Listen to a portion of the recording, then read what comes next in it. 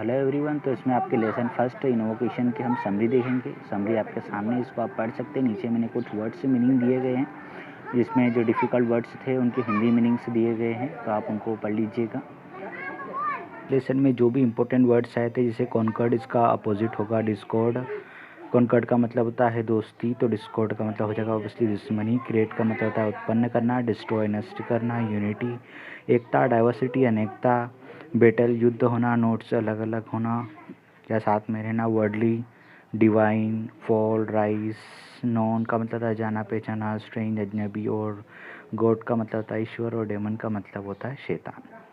इसके बाद हम कंपाउंड वर्ड्स देखेंगे, ऊपर जो दिए गए हैं, नीचे मैच द कॉलम है। कंपाउंड वर्ड्स यूजुअली एग्जाम में पूछे जाते हैं आपसे। मैच द कॉलम का जो राइट आंसर है वो डाउन साइड में लिखे हुए हैं, तो आप वहाँ से देखकर उनको मैच कर सकते हैं। शॉर्ट का पहला क्वेश्चन है, who is the speaker in the poem, मतलब इसका बोलने वाला कौन है, तो कवि है। तो the poet is the speaker in the poem. और what is the concord mean, concord का मतलब क्या होता है, तो कॉन्कर्ड का मतलब होता है friendship peaceful among the people और कंट्री, मतलब लोगों के बीच में दोस्ती और जो अलग अलग देश है उनके बीच में शांति बनाए रखना। नेक्स्ट क्वेश्चन थर्ड है, whose concord is wished for at first, मतलब किससे जो है सबसे पहले दोस्ती करने की या संबंध बनाने की बात की गई है। Concord with our own people is wished for first, मतलब जो हमारे अपने लोग हैं उनसे पहले हमें अच्छे संबंध बनाना चाहिए।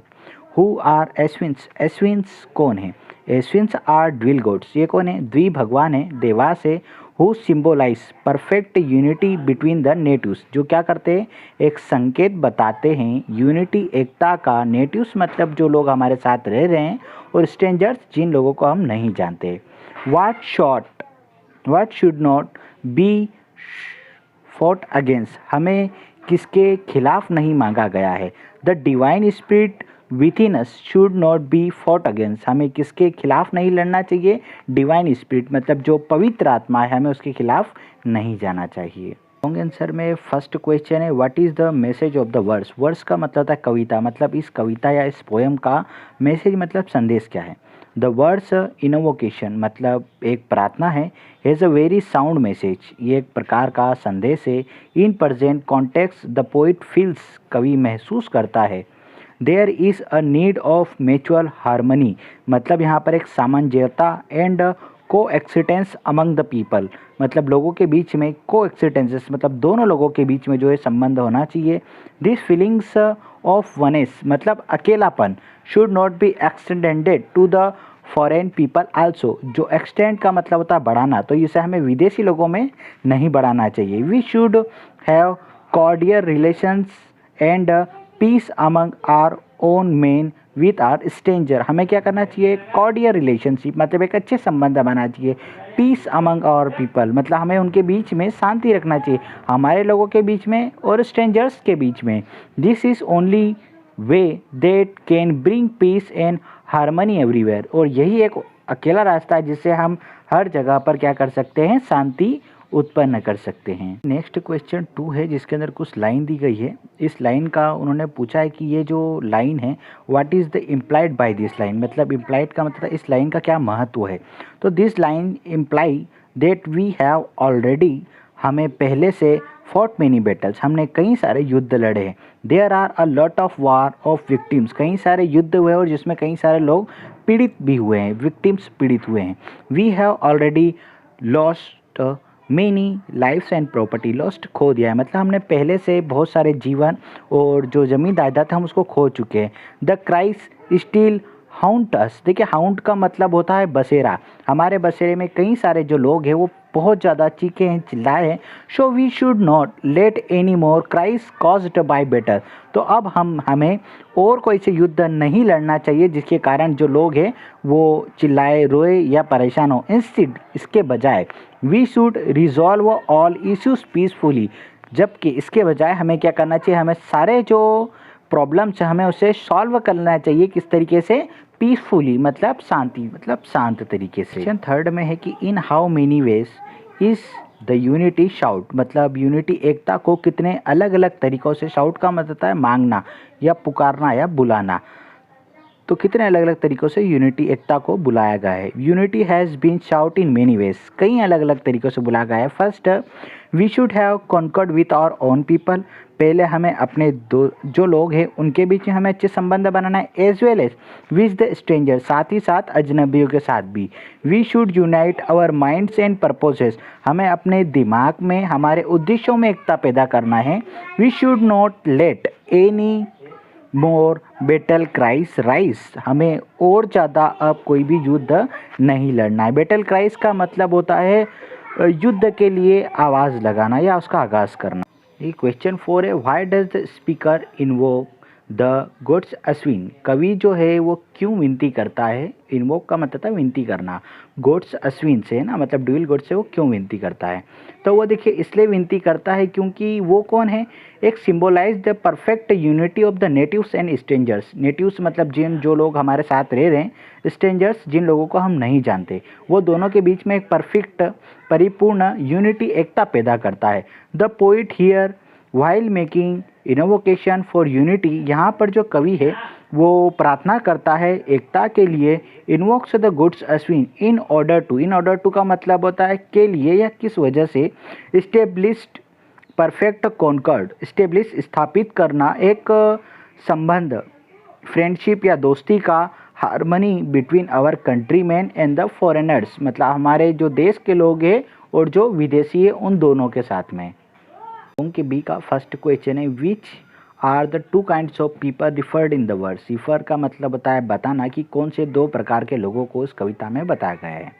The words is an invocation made to the Ashwins, ये जो कविता है ये एक प्रार्थना है जो ईश्वर से की गई है ना। ट्विंस गॉड्स, जिसमें ट्विंस का मतलब होता है द्वितीय भगवान, डुअल गॉड है ना। The two types of people that are referred here, the first type of the people are those who surrounded us, तो इसमें दो प्रकार के अलग अलग लोगों को बताया गया। पहला वो लोग जिनसे हम घिरे हैं, और whom we know well, जिनके हम अच्छे से जानते हैं। we live among them, जिनके बीच में हम रहते हैं। they are our own people, वो हमारे अपने लोग हैं। the second type of people are those who are strangers, दूसरे प्रकार के वो लोग हैं जो हमारे लिए अजनबी है। who don't belong to us, जिनके बीच में हम नहीं रहते। we don't know them, जिन्हें हम नहीं जानते। it means that they belong to different culture and land, इसका मतलब होता है उनकी सभ्यता अलग है और वो दूसरी ज़मीन पर रहते हैं। they are foreigners to us, वो हमारे लिए विदेशी है। poet wants to create unity between these two kinds of people, तो कवि चाहता है कि इन दोनों लोगों के बीच में एकता स्थापित हो जाए। in short, the first type of referred in our countrymen while others refers to a foreign people, तो शॉर्ट में कहा जाए तो पहले वो लोग हैं जो हमारे देश के हैं, दूसरे वो लोग हैं जो विदेशी हैं। सेकंड क्वेश्चन है, why does the speaker not want battle cries to be raised, कवि क्यों नहीं चाहता कि युद्ध हो। The poet here intent to establish the peace in the world, कवि का इंटेंट का मतलब था इरादा करना, तो वो चाहता है, उसका इरादा है कि वो पूरे संसार में establish peace in the world, पूरे संसार में शांति स्थापित हो। He wishes for the unity among the people by having concord among our self, वो चाहता है कि लोगों के बीच में फ्रेंडशिप हो, हमारे अपने लोगों के बीच में दोस्ती हो। And also with the aliens, aliens से मतलब जो बाहर के लोग हैं। ही डेनिग्रेट्स, डेनिग्रेट का मतलब वो क्या करता है, ही डेनिग्रेट्स देम, मतलब वो उनको बदनाम करता है, वो सारे लोग जो इसका vital causes for the all ruins, जो इसका कारण है इन सारी बर्बादी का। People are victimized, battle cry never resolves any और add many more, living a lot of unanswered question, जो युद्ध है उससे कभी किसी प्रॉब्लम का जो है समाधान नहीं निकलता, बल्कि वो और ज़्यादा परेशानियों को खड़ा कर देता है। वो ऐसी चीज़ की शुरुआत करता है जिससे इनके आंसर नहीं दिए जा सकते, और वो एक अनएंडिंग क्राइस विदाउट एंड, और वो ऐसी अंत की शुरुआत करता है जिसका कोई भी अंत नहीं होता, और वो वहाँ पर लोग रोते रहते हैं। We have already suffered a lot, हम पहले ही बहुत ज़्यादा परेशान हैं। Any more cry will finish us completely, अगर और कोई युद्ध होगा तो हमें ये पूरी तरीके से खत्म कर देगा।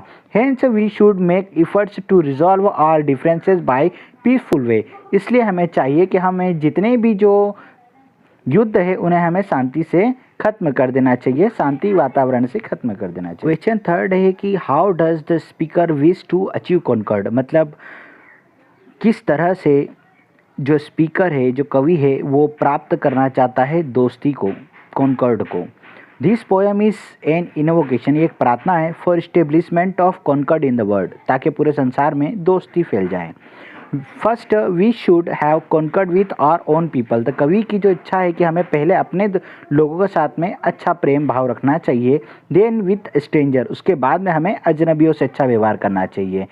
Own people refer to our country man, own people वो है जो हमारे देश में रहते हैं। विथ होम वी लिव, जिनके साथ में हम रहते हैं।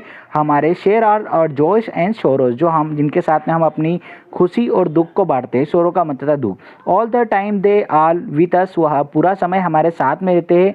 Then we should have a state of peace, जिनके साथ में हम एक शांति का संकेत देते हैं। विथ स्ट्रेंजर्स, और अजनबी लोग। The aliens who contribute to our global vision, alien वो लोग जो परग्रही है, जिनके साथ में हम कंट्रीब्यूट करते हैं ग्लोबल विजन, पूरे संसार को देखने का। We can achieve this by resolving our dispute और issues through the peaceful ways, तो हम अपने मतभेद को, हमारे इश्यूज को जो है हम पीसफुल तरीके से इसको ख़त्म कर सकते हैं। बेटल्स ओनली र्यूनस, र्यून का मतलब बर्बाद करना, युद्ध जो है वो हमें सिर्फ बर्बाद करेंगे। वी शुड कंडेम देम, तो हमें क्या करना चाहिए, उसकी निंदा करनी चाहिए। कंडेम का मतलब होता है निंदा करना।